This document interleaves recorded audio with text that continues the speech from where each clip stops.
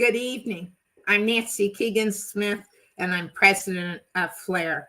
And I want to welcome you tonight to a very timely program that we're lucky to have, which is on White House holiday traditions with Matt Costello, who is director of the David Rubenstein Center at the White House Historical Association. He has published articles and books, 2 books dealing with aspects of George Washington, and he teaches a course at the White House at American University. I'm so pleased that Matt could join us tonight, and I know this will be a fascinating presentation. I thought for a moment I would tell you about my own experiences as director of the White House component of the National Archives. I was privileged to go to many Christmas parties, which were lovely and warm, and to see the wonderful displays. But one of the most interesting things I did was I was the archives representative on the morning of January 20th. And I was representing the archives in terms of the presidential records passing to the archives exactly at 12 p.m. on January 20th. And it was so fascinating to be over there in the morning. There were so few people over there. And then that would be followed by the wonderful balls. So I think tonight we will have just an excellent program. Before I go to the program, I wanted to remind you of a few things. FLAIR has several days left in our elections for officers and the board, so please vote if you have not yet. FLAIR has had a busy last month. We announced the Gould awardee, who was Holly Schulman.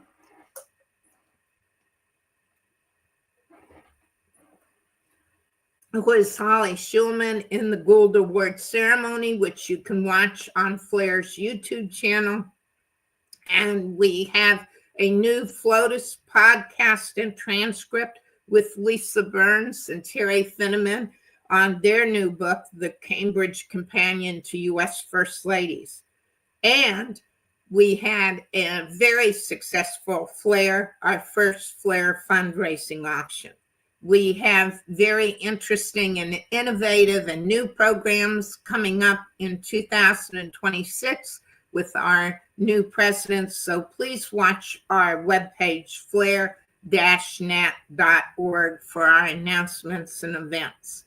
And finally, and importantly, thank you to our Life institutional members. And I am very thrilled tonight, drum roll, to announce that we just have a new lifetime institutional member who has just joined Keuka College, which is a liberal arts college in upstate New York on the Finger Lakes. It's a very fine college, and we are thrilled to welcome Keuka College as our new and our 13th lifetime institutional member. Our collaborative projects with our lifetime institutional members and our FLAIR members make FLAIR the very vibrant organization it is, and one that has the timely message of the importance and lasting legacies of U.S. First Ladies. Now it is my pleasure to turn the program over to Matt Costello.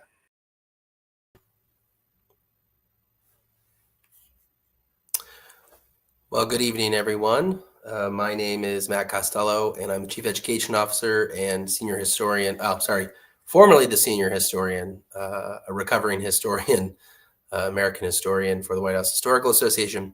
And in my role, I oversee the David M. Rubenstein National Center for White House History. And I'm very excited to be here today to talk to you all about White House holiday traditions.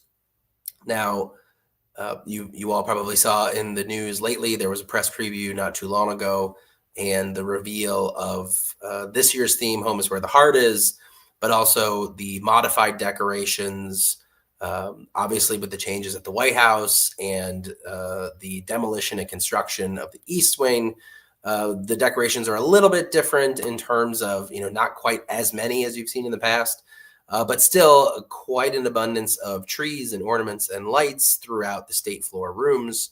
And as Nancy was alluded to in the introduction, the White House is gearing up for a busy month. It is typically the busiest month of the social schedule for the White House throughout the entire year. There will be holiday events and parties and receptions throughout the entire month. Sometimes there can be 2 or 3 a day. And these are extremely busy times for White House staff, for the president, the first lady, and the White House military office, the social office, and that all these other groups that have to work together, Secret Service, to clear everyone. So it's an extremely busy time. And I thought, considering with everything else that's going on, it would be very timely to talk about sort of the origins of some of these traditions. When did they start? When did they become more popular and ritualized? And they emerge as sort of the annual customs that we see today. So the first photo, we're going to go to the next slide. Here we have, this is the most recent, this is First Lady Melania Trump accepting the official White House Christmas tree. Oftentimes, this is the tree that is put up in the Blue Room, which is the oval-shaped room on the state floor. And there's a longer history of Christmas trees in and around the White House.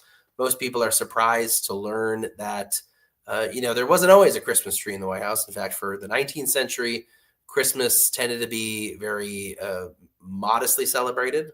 You could have some evergreens, you could have some wreaths, but even the practice of putting up a Christmas tree is something that doesn't come along really until the late 19th century, and it becomes more and more popularized later in the 20th century. And this custom of bringing the tree to the White House to be delivered in a horse-drawn carriage dates back to the Reagan presidency. But prior to that, they were delivering trees primarily in trucks and pickup trucks. Not quite as eloquent or majestic, I would say. The Clydesdales is definitely an improvement upon that. And so typically when they are selecting a tree, they're looking for, most often they are firs. So they could be a con-color fir, they could be a balsam fir. But typically it's a fir tree. And the states that have provided the most trees to the White House have been in North Carolina and Pennsylvania and Wisconsin. So those are the primary the states that are providing the trees. And the way it works is there is an association called the National Christmas Tree Association. For a time, it was more sort of local and state and regional. It became a national organization. And now there is an annual competition. And whoever wins that competition, then the tree is selected from that grower's farm. So they are then labeled as a grand champion, and then White House staff will go down to that farm, usually in October, November, to select the tree that will go back to Washington, D.C. for the Blue Room. Can we go to the next slide, please? Now, as I mentioned, Christmas trees at the White House, it was not a popular thing until the 20th century. In fact, in the 19th century, the earliest documented instance that we found of a tree in the White House is for Benjamin Harrison's presidency. I know other people have sort of alluded to, I think it's repeated online on the internet quite a bit, that Franklin Pierce had the first Christmas tree. I haven't seen any primary source evidence of that. So if you're watching and please send it to us. I'd love to see more of it. I've also seen other people reference perhaps Ulysses S. Grant, because that is when Christmas is declared a federal holiday. Again, it's entirely possible. But we like to say that Benjamin Harrison was the first documented instance of a Christmas tree, and it was upstairs in what is today the Yellow Oval Room. That's the oval-shaped room upstairs in the private quarters. Now, this photo is of the first electrified tree at the White House, which comes right around 1894. This is during Grover Cleveland's presidency. Obviously, there's young children. Grover Cleveland had married Frances Folsom Cleveland during his first administration.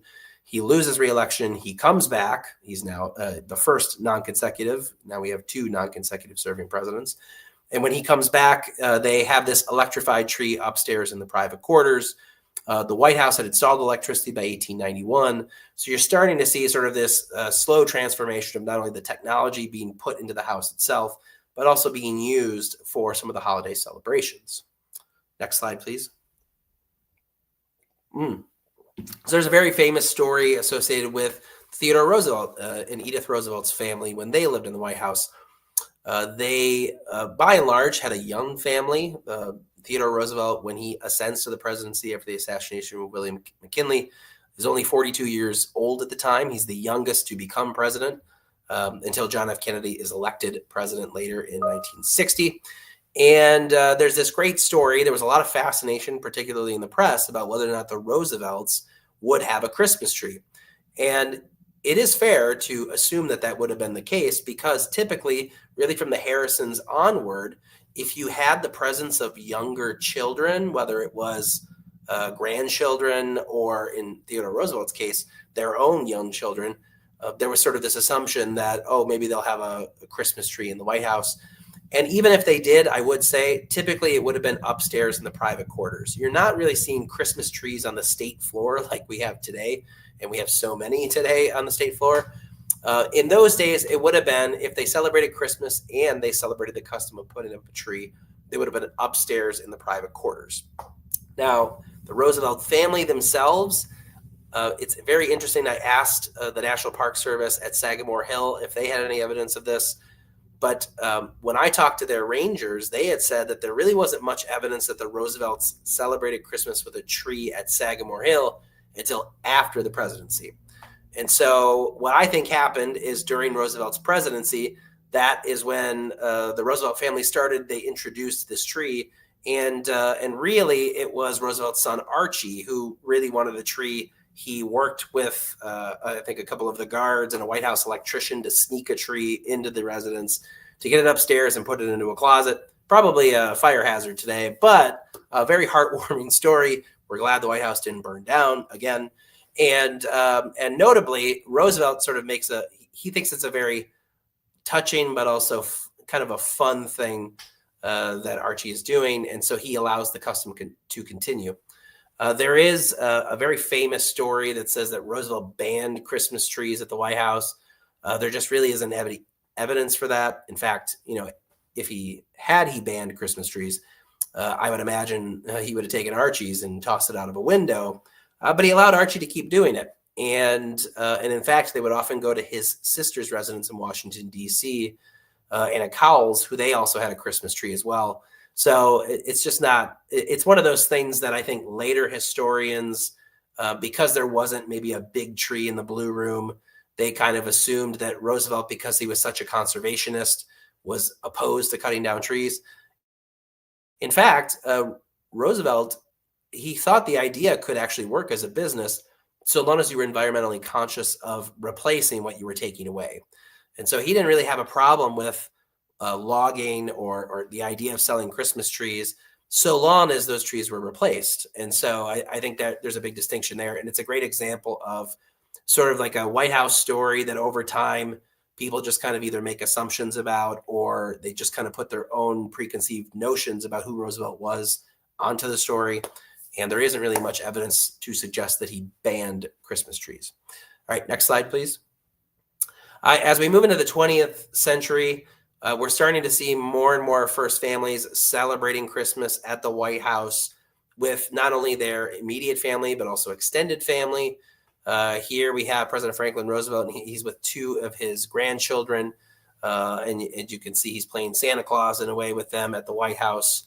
And as you get further along into the 1920s, 1930s, you start to see Christmas sort of expanding in terms of the decor and the decorations, but also the parties. It's becoming more and more of a big seasonal time of the year. And even though Roosevelt isn't the first to do it, presidents have been doing this for some time where they have sort of a holiday Christmas staff party. In fact, probably one of the more famous ones is the Hoovers host a White House staff Christmas party on Christmas Eve, 1929. That's the same night that the fire breaks out in the West Wing. They call the fire department. They arrive on the scene and they put out the fire. But quite a bit of the West Wing is destroyed in the process. Hoover and his staff will have to move out while they rebuild the West Wings, and then they move back in a few months later. But part of that custom was to bring in White House staff, to bring in their families, to show appreciation for their work for the year. And then typically the president and first lady did give them a gift. It could have been a signed photograph. Some presidents gave, like, for example, Roosevelt One year, he gave them all a keychain of Fala, which is his beloved Scottish Terrier pet. You go forward to, say, somebody like Eisenhower. Eisenhower gave out prints of some of his paintings.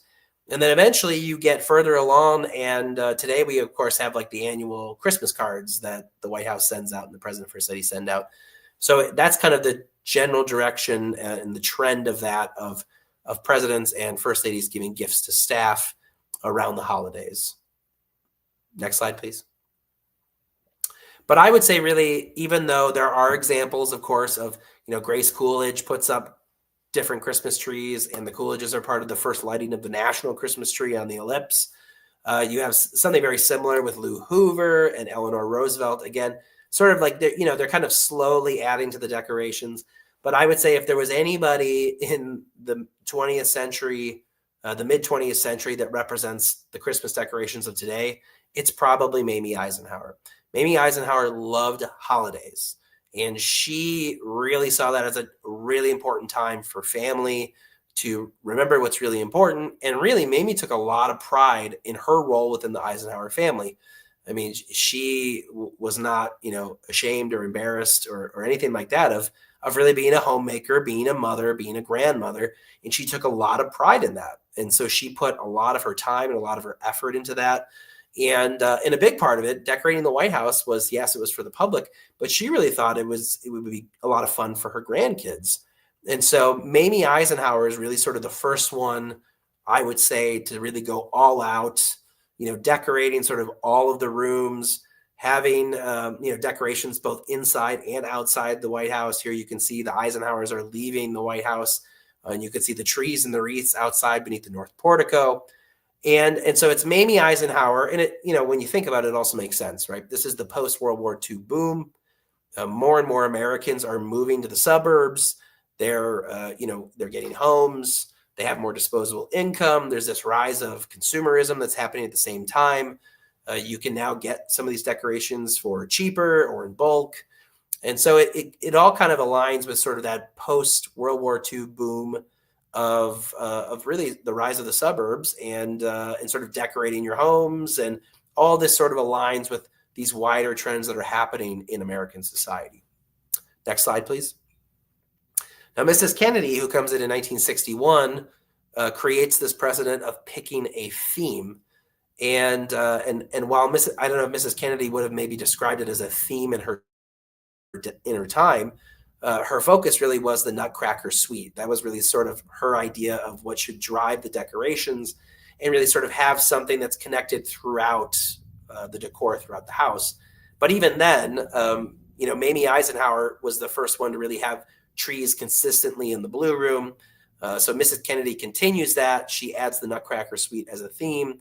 And then going forward, it's kind of then become part of the many responsibilities of first ladies, in addition to all the other things that they are expected to do. Is they're also expected to turn the White House into a winter wonderland every year.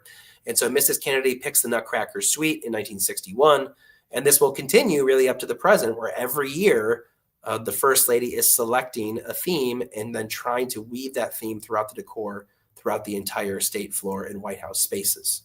Next slide, please. So I included that. It's a great photo of the Nixon family. And here you have the president and First Lady Pat Nixon. You also have the daughters and the sons-in-law. This is one of one of their favorites, the Nixon family Christmas photos. And what was sort of unique about the Nixons' time is that, Mrs. Nixon really unheralded in many different ways in terms of adding things to the White House collection, but also making the White House more accessible. In fact, even before the American with Disabilities Act was passed, much later, she wanted to make the White House more handicap accessible. She wanted to open up different tour possibilities for people who either had visual impairments or hearing impairments. And so she was making a lot of these changes in the early 1970s. In addition, she started what became a many-year tradition of the candlelight tours. So that was another one of Pat Nixon's great ideas. Interestingly enough, there was one year that they didn't have the Blue Room tree in the Blue Room. They actually had it in the entrance hall. And Mrs. Nixon's thought was she wanted more people to be able to see the tree from Pennsylvania Avenue, which again is kind of interesting in and of itself. Pennsylvania Avenue used to be open to traffic. That was closed after the Oklahoma City bombing during the Clinton presidency. Next slide, please. And here this kind of becomes the customary shot, right? You get the family photo in front of the Blue Room Christmas tree. It's cut off a little bit, but you can see it at the very top of the image. So when they bring the tree in, it has to be able, it can't be too wide. It has to be able to fit through the north door. And then it has to be able to fit through that doorway to get in the Blue Room. And it can't be taller than 18 feet. Why? Well, because that's how tall the Blue Room is. In fact, they have to take the chandelier down from the middle of the room, and then they actually anchor this tree up through that attachment in the ceiling. It's also where the electricity comes from to illuminate different things. And so this has now become sort of the customary shot, is the first family gets their photo right in front of the Blue Room Christmas tree. And when you visit the White House to see the decorations, this is usually sort of the big highlight. You'll see a lot of interesting things across the rooms, but the Blue Room, where the official White House Christmas tree still is probably the primary attraction and the thing you remember most when you visit. Next slide, please.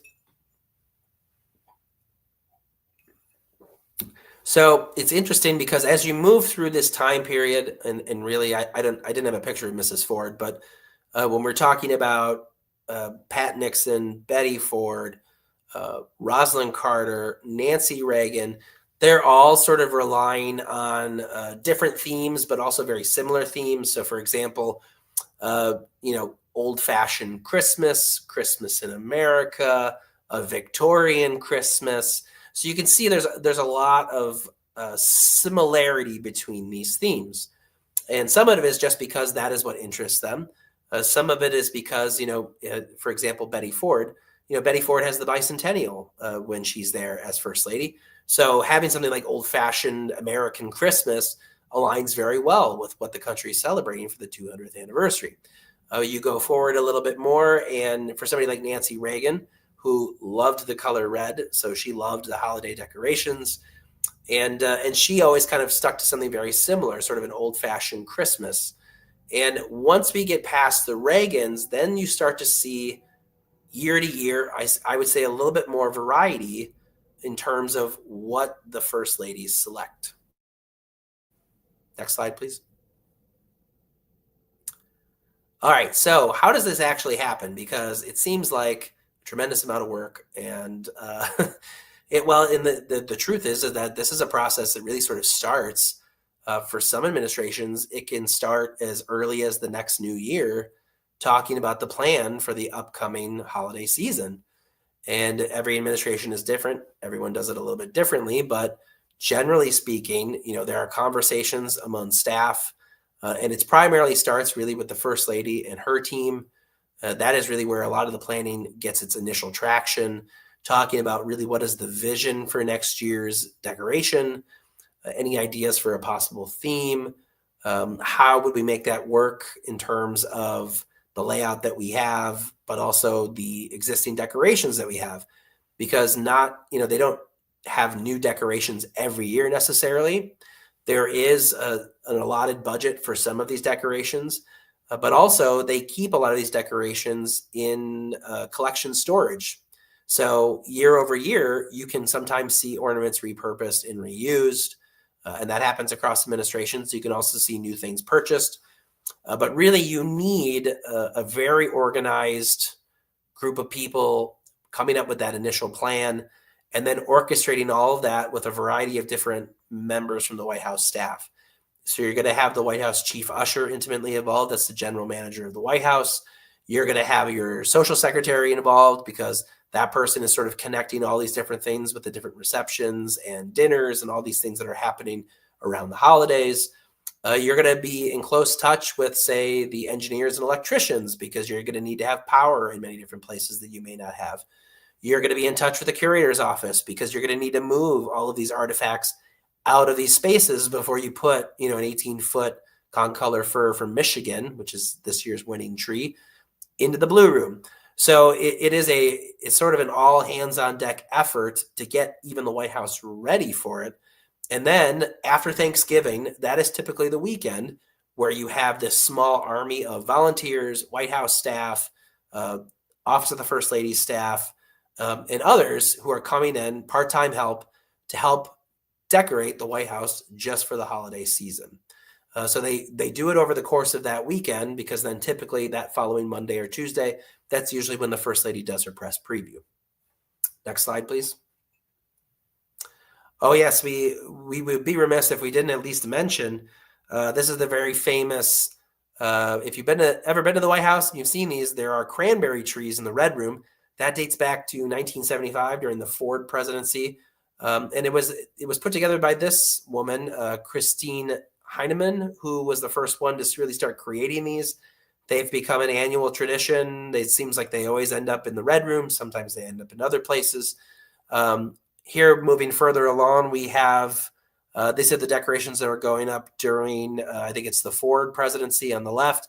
We have the Clinton presidency on the right. Again, just showing you again, there's a mix of volunteers working and sort of doing all kinds of jobs as needed to get the White House ready for all the tours and parties. Next slide, please. And then, of course, we have everybody's favorite, the White House gingerbread. And this dates back to, there was actually a gingerbread gifted to the White House in 1968. And First Lady Lady Bird Johnson put it on display on that side console table in the state dining room. It was a smaller square gingerbread house. I mean, it was beautiful, but it wasn't very elaborate or anything like that. But it was something that was gifted, and Mrs. Johnson put it out. And then the following year, when the Nixons were in the White House, First Lady Pat Nixon wanted to have sort of like something that was produced by White House staff, sort of like the annual White House gingerbread house. And so she asked this man, Hans Raffert, who was the sous chef and also the pastry chef at the White House, if he could create a gingerbread house. And he would create these very whimsical, sugary confectionery creations. And he did it every year until he retired in, I think 1992 was his last year. And he typically did it more in sort of the traditional A-frame shape, which is what you see here. And he did it every year, in between 1969 and 1992. And then after that, Chef Roland Mesnier took it over and took it to a whole nother level. Next slide. Yeah, so Mesnier is a big person for, well, obviously his personality, his creations, and he often thought very big, thought boldly with these creations. And so when he started doing them during the Clinton presidency, it was he was doing that. He did the childhood homes of the Clintons. This particular year, he did sort of the historic landmarks in Washington, D.C. So in the back, you can see that's the White House. In sort of the foreground, you can see that's George Washington's Mount Vernon. And then, of course, we have the Washington Monument standing right in between them. Next slide. And then we fast forward to the most recent. This is the 2025 White House Gingerbread House. And this one is done by the executive pastry chef, Susie Morrison, who has taken over that responsibility from Chef Mesnier. And what's fascinating is really sort of during Mesnier's time, it sort of created a lot of the precedents that they still use today. But they start working on some of these things as early as the late summer. They'll start baking the gingerbread and coming up with the schematics and the designs and really starting to try to find a way to make it align with the First Lady's theme. And ultimately what they do is they assemble it downstairs on the ground floor in the China room. And so that's where they do a lot of the assembly work for sort of and then the final flourishes and final touches. And then they have to very carefully transport it upstairs to the state dining room. And so that's where it'll sit then for about a month through the holidays. And it's always a fan favorite when people go through and they're there for tours or for receptions. Next slide, please. Yes, and it's not always just about Christmas, even though Christmas probably does get the most attention. And certainly the decor and all these different things really stand out amongst the Christmas season. But a number of presidents have also incorporated the celebration of Hanukkah into the annual White House holiday traditions. So beginning with President Jimmy Carter, he was the first one to light the national menorah. In fact, he crosses the street, he crosses Pennsylvania Avenue to go into Lafayette Park. He's the first one to light the national menorah, first president to light the national menorah in 1979. He also lights a smaller menorah today. It's part of the, it was then later gifted in part of Jimmy Carter Presidential Library's holdings. And really, since President Carter did that, presidents have really opened the doors more to different communities of the Jewish faith. Next slide, please. And in a way, it's kind of been like over time, these celebrations they sort of started on the periphery of the White House, but then they've gotten closer and closer to the center of the White House itself. And what I mean by that is, Jimmy Carter lights the national menorah in the park across the street from the White House. Then you get a little bit further along to President Reagan and, George H.W. Bush. And they're doing more sort of like these lighting ceremonies and smaller gatherings. Sometimes it's in the Eisenhower Executive Office building, which is across the street. It's part of the White House complex, but it is, not inside the White House proper. You get a little bit further along during the Clinton presidency. Next slide, please. They start having lighting ceremonies inside the White House itself. So President Clinton is notable for he had the first lighting ceremony in the Oval Office. And then it's George W. Bush who has the lighting ceremony inside the residence, so the historic mansion itself in the East Garden Room.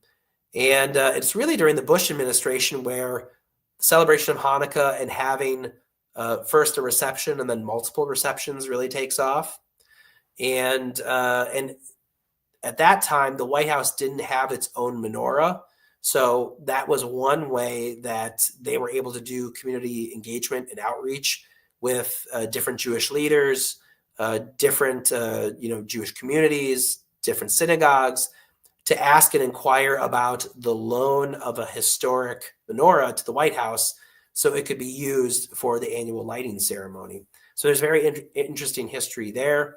And oftentimes they would select these menorahs because it had really some kind of, interesting connection or, for instance, it could have been, I think during the Obama presidency, they used a menorah that was from a synagogue that had underwent a lot of damage because of Hurricane Katrina, but their menorah was one of the few things that was spared. So it was really important to that community that that menorah be used in a very public way to represent and recognize their faith. And so what we've seen over time is that Hanukkah and also other Jewish holidays, including Passover and the celebration of the Seder, that's also become more common at the White House. Next slide, please. Here's another photo of, this is George W. Bush. He's now another instance of a lighting ceremony in a different place. So you can see sometimes it's not always in the same place. Sometimes this is sort of the entryway into the grand staircase. You also have, oftentimes now the lighting ceremonies are in the East Room. So it's kind of moved around, but I would say as of late, it's really sort of stayed in the East Room. It is the biggest room in the White House. It makes a lot of sense. And typically they have the lighting ceremony and there's an accompanying reception. Next slide, please. Here, this is the lighting of the menorah. This is early on in the first Trump presidency. And you can see that that's happening in the East Room. Obviously, particularly important to President Trump because of his family. He has family members who are Jewish, and so it makes a lot of sense that he would continue to do that there. Next slide. Something kind of unique that the Biden administration added was because the White House did not have its own menorah, they decided that they wanted to create one and keep it in the White House collection. And so this is a photograph of that menorah. I would say it's probably not as traditional as you might associate with a menorah, but that wooden base is actually a piece of wood repurposed and salvaged from the Truman renovation, 1948 to 1952. And then they have these silver cups that are sort of laid on top of it, and then candles to light. And so, and that was built in the White House carpentry shop. So staff worked on that, and they also worked in consultation with a local rabbi to put that together. Next slide. Oh, yes. And finally, I figured I would at least briefly talk about a tradition that no longer exists, but for about 130 years, it was extremely popular. One of the most popular traditions at the White House is the New Year's Day reception. And really sort of the first instance we have of this, there was probably a smaller one in 1801. Remember, John Adams had already lost, he realized he had already lost the election. We do know that there were some invitations sent out for a reception, but how open to the public and exactly how many people were actually living in Washington, D.C. in 1801, it wasn't exactly a very well-populated area yet. But as you get a little bit further along, this becomes an annual custom at the White House. There's the New Year's Day reception, and then there's the 4th of July reception, as really sort of these two holidays of the year where the doors of the White House are opened up, and and to be clear, not everybody is permitted access, but I would say that more people are permitted access than usual. And gradually over time, you see more and more people and different groups of people being permitted to come in, visit the White House, see the rooms, and if you wait in line, you might even have the chance to shake the hands of the president and the first lady. And this continues up through 1932. That's the last time it's done, and it's during Herbert Hoover's presidency. And then after that, Franklin Roosevelt decides he's not going to continue the tradition. Also keep in mind that, FDR had survived an assassination attempt when he was running for president. I'm sure there were also a lot of security concerns that went with that. But, and we'll go to the next. This is a photo of a reception in January. I think it's January 1863. And here you can see President Lincoln and Mary Lincoln carrying out the custom of standing in the middle of the room, greeting people as they come in, shaking their hands. Then they would have sent them along to get refreshments elsewhere in the house. And for a while, presidents they had sort of like a running, kind of like a running goal with one another, who would shake the most hands. As you can imagine, somebody like Theodore Roosevelt, very competitive. He kept asking the staff if he shook more hands than Grover Cleveland or William McKinley. I think he really wanted to make sure he had shook the most hands. And we also have accounts where presidents say afterwards that really sort of like their hands are even like swollen from shaking so many hands. Calvin Coolidge, for example. So it's an interesting day because, typically the White House isn't that accessible. Certainly not today in our day, but throughout time, it was actually pretty accessible, and sort of slowly more and more of that accessibility has been pulled back. Next slide. Here are some images this is the turn of the 20th century. So just to give you a sense of just sort of, people just sort of lining up, waiting their turn to walk in through the White House. And you could see everybody would, they would dress up. This was your opportunity to sort of dress in your best and go and possibly meet the president. It was surprisingly democratic. And I also think it's just quite fascinating that this was a custom that continued even beyond, at that time, there had been 3 presidential assassinations between Abraham Lincoln, James A. Garfield, and William McKinley. Yet this custom continued up until 1932. Next slide, please. This is a view from the side of the front porch. So you can see that photo is kind of looking out. You can see the White House gates. You can see all the people lined up along the fence. It was pretty remarkable. You're talking about thousands of people who would wait in the cold lined up because they really wanted to meet the president and the first lady. Next slide. Yeah, that's another shot. That one's a little bit later. You can tell by the hats and the get-ups that we're a little bit further along here in history. But I think this is my last image. So I think what I'll do is I'll just kind of briefly conclude with, I hope that this presentation was enlightening in some way to you. There's obviously a lot that goes into the traditions and the holidays every year at the White House.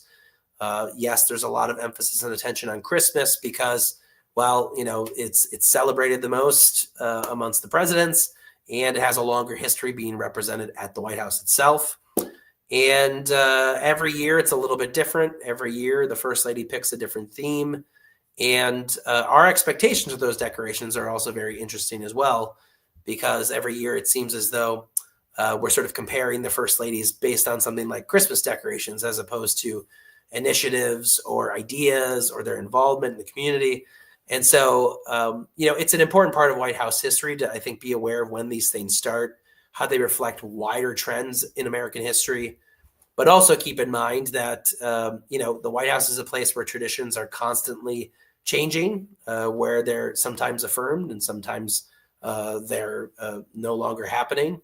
And so that change in continuity of the White House history is something that we see across the holidays, across staff, across different roles that people have, across the role of the First Lady. And I hope you found it enlightening, and happy to answer any questions the audience has.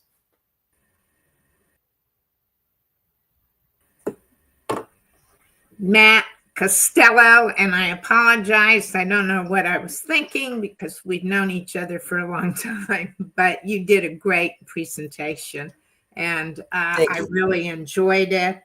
I will ask questions by asking if you could talk a little bit about the Jane Engelhart creche that Jane Engelhart gave to Mrs. Johnson, who gave it to the White House, and it's become a tradition.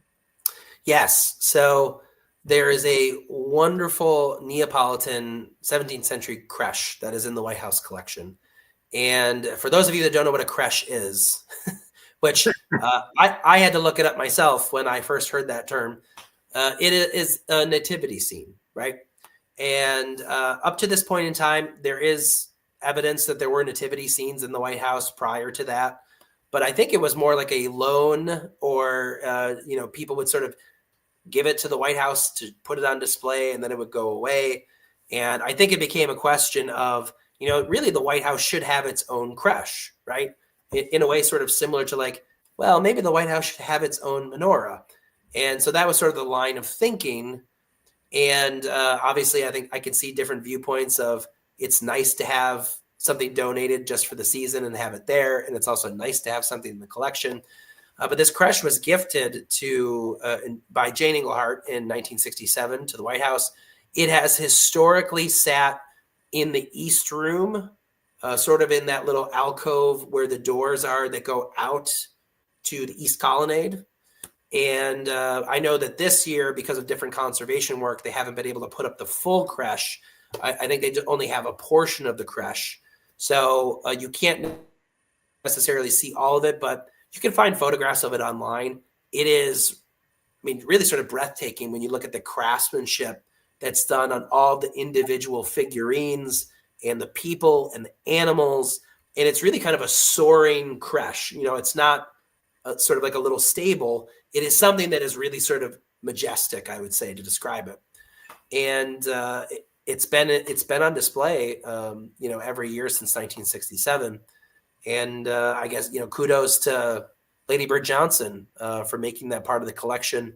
And it's something that I know that every year people really get a lot of excitement over seeing that and getting really close to it. I'm trying to see if there are, I'm not seeing questions. With America 250 ahead, can you comment on past big U.S. anniversaries, the bicentennial or earlier, and if it has impacted the holiday celebrations? That's a great question. And I don't know if that's Susan. It looked like Susan. Hi, Susan. Well, certainly with the bicentennial, but that was a particularly wild year for every kind of celebration, right? We had Queen Elizabeth was coming. She came for a state dinner right around the time of the 4th. I think it was a few days afterwards. Even on the 4th itself, I know Gerald Ford had a very busy schedule. I think he was in Philadelphia. He went to Valley Forge. He had all these places. Then he ended up back at the White House at the very end of the night to catch the fireworks.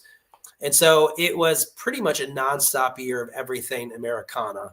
And so when Betty Ford did the holiday decorations that year, it was particularly important even though, the bicentennial is over, to sort of round out all the celebrations for that year. And so having those themes sort of, more of an old fashioned Christmas, really sort of speaking to those themes of patriotism and sort of the early American experience, it was particularly important. And even though, there's been other bicentennial, I mean, I wouldn't say that anything probably has impacted the holidays nearly as much in terms of like those types of occasions. I would say, when you take something like September 11th, right? I mean, that being so close to a holiday season, they had to make a lot of changes at the White House immediately afterwards, changes in terms of security, changes in terms of information and communication. And then really sort of, I think if I'm remembering correctly, Laura Bush's theme that year was Home for the Holidays. And she wanted it to be much more about community and really being more about really sort of those families and sort of kind of putting that all together, sort of that patriotism and love for country and things that came out after the attacks to be also part of that celebration in some ways and to be supportive of the 9/11 families themselves. So there are instances where you see, I would say just sort of very traditional themes happening, but there have been times where there have been world events that I think have impacted or influenced or shaped decisions that were made in terms of the decor or the events themselves. I know that one little thing I want to say is that Mrs. Johnson and President Johnson had a little bit of an argument as to where they were going to have Christmas, because the president liked to have it at the ranch and Mrs. Johnson wanted some in the White House. And so finally they decided they would alternate every other year. Have there been any White House holiday decorations disasters, like a tree falling or ornaments breaking? Wow.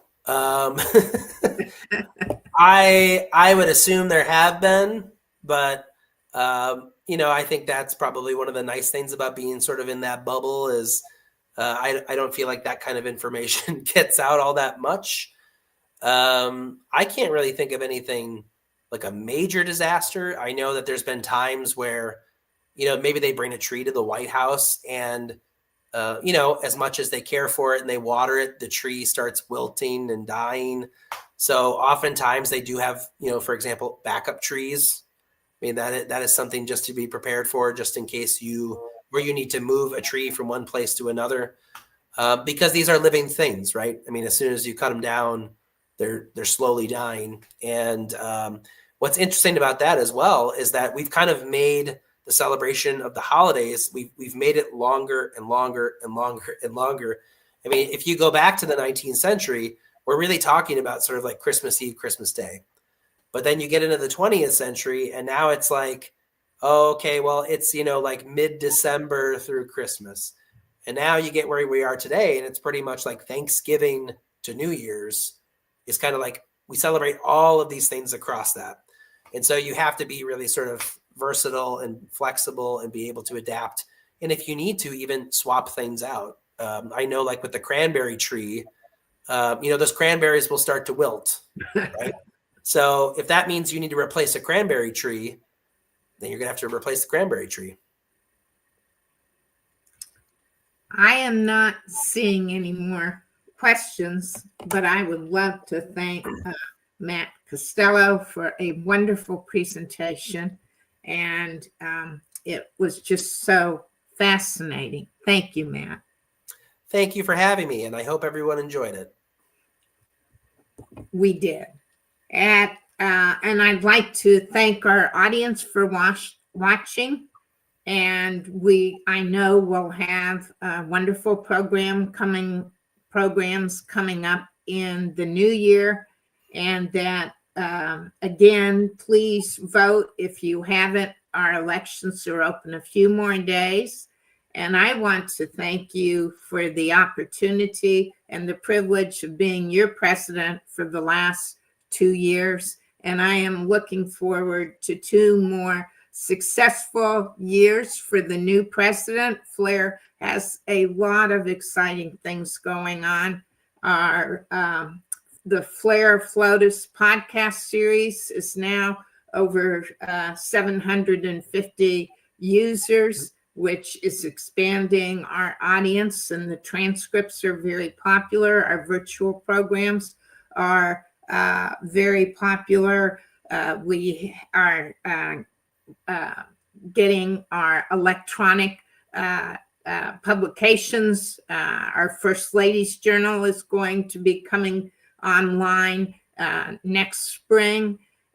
We have a lot of exciting developments, and with what is going on today, the importance of the stories, the role, and the lasting legacies of First Ladies, it is not just, it is so important that that survives, and FLAIR is, our association is dedicated to that. So please, if you are watching and have not become a member of FLAIR, go to flair-net.org.